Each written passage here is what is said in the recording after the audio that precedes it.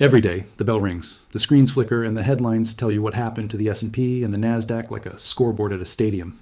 It feels transparent, public, lit. You can see prices, quotes, the flashing green and red of a market alive. But most of the action, the real moving and matching of orders, happens where you can't see it. In private venues with bland names, deliberately dull, designed to seem boring because boring does not attract attention. Alternative trading systems, internalizers, wholesalers. Here's the paradox that should make you sit up. The market you watch sets the price you pay in a market you rarely touch. If the real trading happens in the dark, who's turning off the lights and why? This is where history becomes useful. Dark pools didn't begin as a conspiracy, they began as a fix.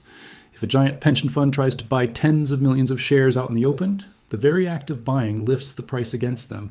Showtime becomes a tax, so the market built a shadow to protect the whales.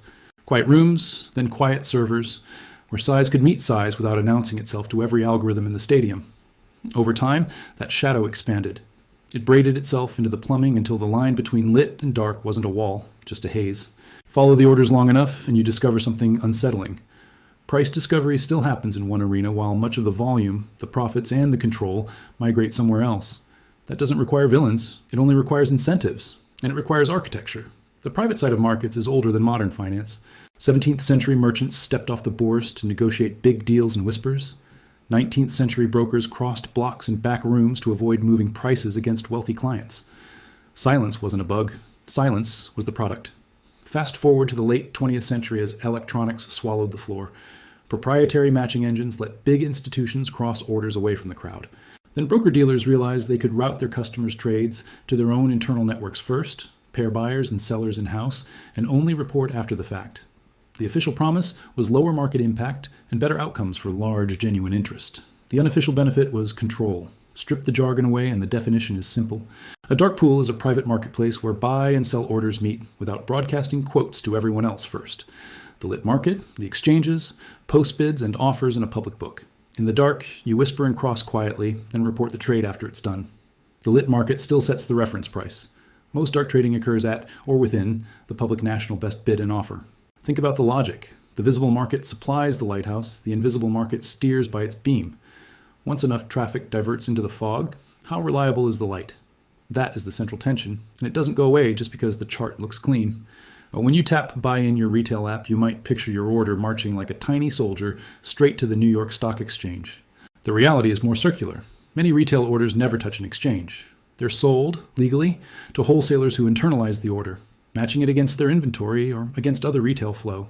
You may get a slightly better price than the quote on your screen, a fraction of a cent gifted as price improvement.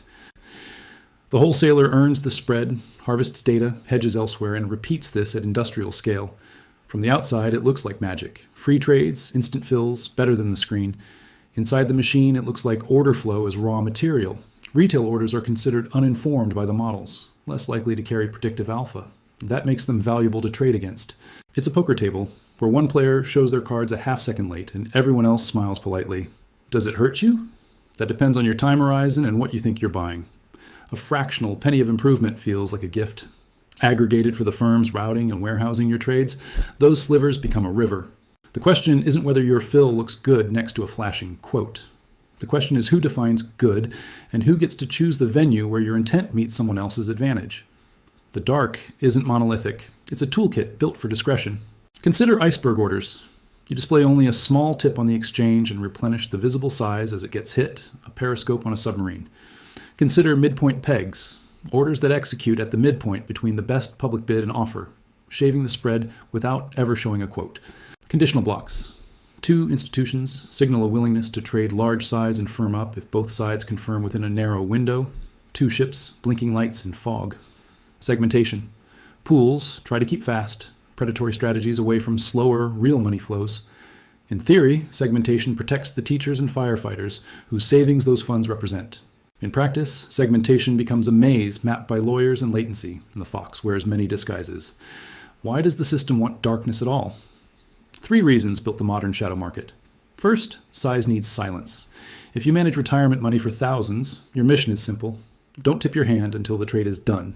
Second, intermediation is profitable.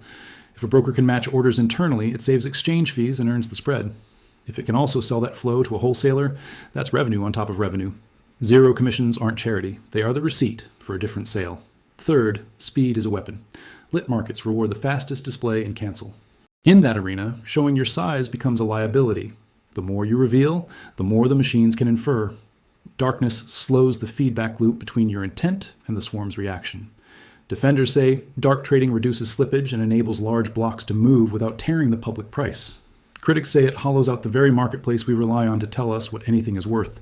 They're both right. The question isn't who wins the argument. The question is how much darkness a price signal can absorb before it becomes an echo chamber.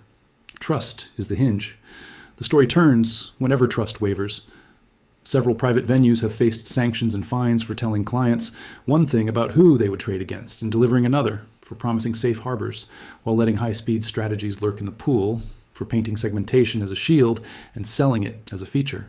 None of this requires illegal collusion. It only requires asymmetry.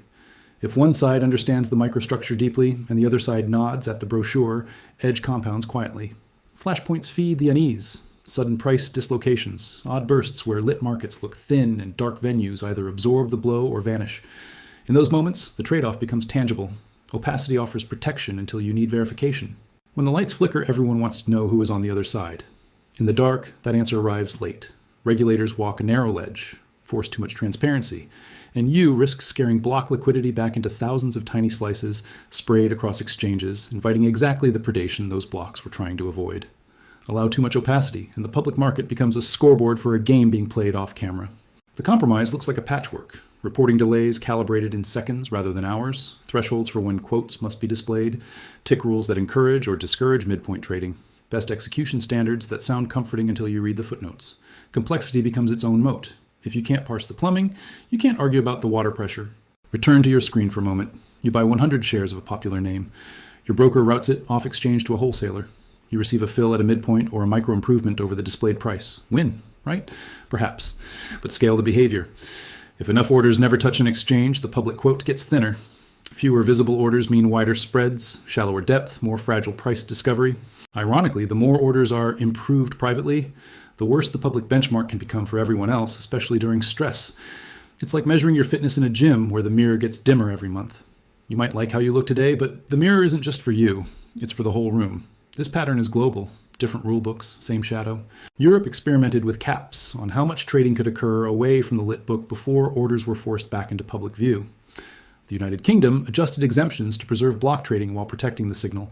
Across Asia, crossing networks and midpoint books evolved different dialects of the same language. The results rhyme. Hybrid markets everywhere. Part theater, part backroom. The price on the marquee, the deal at the door. You cannot tell this story without discussing speed. High-frequency trading isn't a villain by itself. It's the weather system in which everyone else sails. In lit markets, quotes flicker thousands of times a second. Post a large, patient order, and you broadcast your intent. Algorithms read the wave patterns and adjust. That risk pushes size into the dark, but inside private venues, speed still matters. If a pool's matching engine updates a hair slower than the public quote, counterparties can interact when the pool's price is briefly stale. That's adverse selection. Your order gets filled precisely when it's worse for you. Pools promise to police this with speed bumps, toxicity filters, and counterparty tiers. The arms race never ends. You filter me, I change my footprint. You slow me, I shift my clock. In physics, light behaves as wave and particle. In markets, information behaves as quote and intent. The faster the wave, the easier it is to surf. The slower the particle, the easier it is to trap. The truest test of structure comes in a storm. In calm seas, private venues boast about tighter spreads and smooth executions. In stress, behavior changes, liquidity retreats, tolerances widen, minimum sizes shrink, or matching simply stops. Lit markets may look chaotic, but they stay open under rules everyone can see. The dark prefers not to transact when the odds look unfavorable. That's rational. It's also revealing. A venue designed to minimize market impact is not the same as a venue designed to serve as a public square during panic. When trust is scarce, transparency becomes a public good, painful or not. After the storm passes, the marketing returns, and the cycle resumes. So who benefits from this architecture? Institutions gain discretion to move size without telegraphing their plans. A legitimate good when the money belongs to teachers, firefighters, and retirees. Intermediaries earn spread, capture data, and most importantly, control routing, which is power. Routing determines who meets whom, at what price, and in what venue. Power pays. Retail investors get zero commission trading and frequent micro improvements on fills. For small orders, That feels like a win, and often it is. The system as a whole gains quiet efficiency until the common signal is starved of oxygen. Offload enough volume into the private channels and you protect participants from themselves, even as you degrade the visibility everyone relies on to agree on value. Winners aren't necessarily villains. They are simply the ones who understand the plumbing and price their risk accordingly. Losers aren't necessarily victims. They are the ones who assume the bell and the scrolling ticker tell the whole story. That assumption used to be forgivable. Today, it is expensive. If you want a practical way to see the outline of the shadow without crawling through code, you can start with 3 lenses. Watch off-exchange volume share and names you care about. No single number will convict or absolve, but direction matters. As more trading migrates away from exchanges, consider whether spreads widen over time and whether the visible depth thins. That's the mosaic losing tiles. During volatility spikes, study how liquidity behaves. Do the spreads explode? Do prints cluster at odd mechanical intervals? That's often the footprint of private liquidity stepping aside at the same time. The dark is most generous when the sun is shining. And if you're a fiduciary moving real size, measure venue quality by realized outcome, not by brochure. Slippage against the public quote, frequency of fills on your worst ticks, the pattern of adverse selection, these tell the truth. If a venue consistently fills you when you shouldn't be filled, you're not a client, you're inventory. For everyday investors, the lesson is humbler, but no less important. Free is not free. It is paid for in routing, in data, in the option value someone else holds over where your order goes. That doesn't mean you should boycott your app or try to outgun the machines. It means you should understand what has been optimized and for whom. If your strategy depends on shaving half a cent inside the spread 10 times a day, you have volunteered to play on a field sculpted by people who built the grass blade by blade. If your horizon is longer, the micro decisions matter less, but the health of the public signal still matters to your future self. At the deepest level, dark pools embody a truth that extends beyond finance. We have traded simplicity for efficiency and transparency for speed, one local optimization at a time.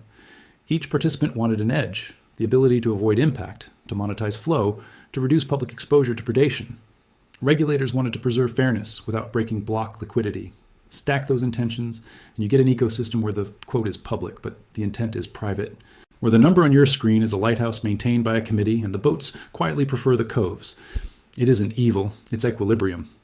Equilibrium invites complacency. When the machine hums, it's easy to forget what the lit market is for.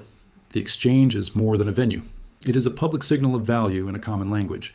If we starve it, we lose the oxygen every other venue uses to price fairly. If we overload it with careless disclosure, we punish the very participants we claim to protect. Balance is unglamorous. Balance is everything. So when you hear calls to abolish dark pools outright, recognize the seduction and the danger. You don't delete the shadow without rebuilding the sun. Private trading can reduce impact, lower costs for large, real money trades, and protect ordinary savers from the tax of being predictable in a predatory arena. But the tether to a resilient, trustworthy public price must remain tight. Enough transparency to sustain confidence, enough discretion to move size, enough humility to admit we engineered a maze and then pretended it was a straight line. The market you can't see isn't stealing from you in the dead of night. It's something stranger. It's the place where the system goes to protect itself from its own reflection. Because the reflection is fast, the reflection is hungry, the shadow dampens the echo, but protection has a cost. Every order kept off the book is one more pixel missing from the picture we all use to navigate. When calm returns, the compromises feel wise. When the storm arrives, everyone wishes the picture were brighter. There's a final irony. The dark depends on the lit to function. Midpoint trades live off spreads the exchanges display. Internalizers hedge positions on public venues, and their confidence that they can always do so anchors their willingness to fill you privately. Wholesalers calculate price improvement against a benchmark they don't maintain.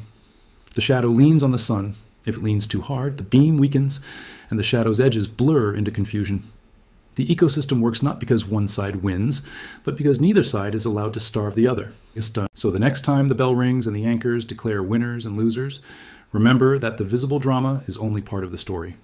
Behind it are servers deciding where to send your order, filters deciding who can stand near you, engines deciding what best means in a language you don't speak. The illusion is that the market is a single room with a single conversation. The reality is a campus of rooms, some with windows, some without, all connected by hallways that very few people ever tour. Learn the layout and the headlines feel smaller. Learn the plumbing, and buzzwords like price improvement and liquidity sound less like gifts and more like engineering. Markets are systems that discover price by persuading strangers to trust a number at the same time. Darkness helps when the crowd gets too loud. Light helps when the whispers turn into rumors. If you understand both, you stop asking who turned off the lights and start asking who built the switch, who decides when to flip it, and whose hand is always closest to the wall. If this gave you a new perspective, hit subscribe. History has the answers. I'll show you where to look.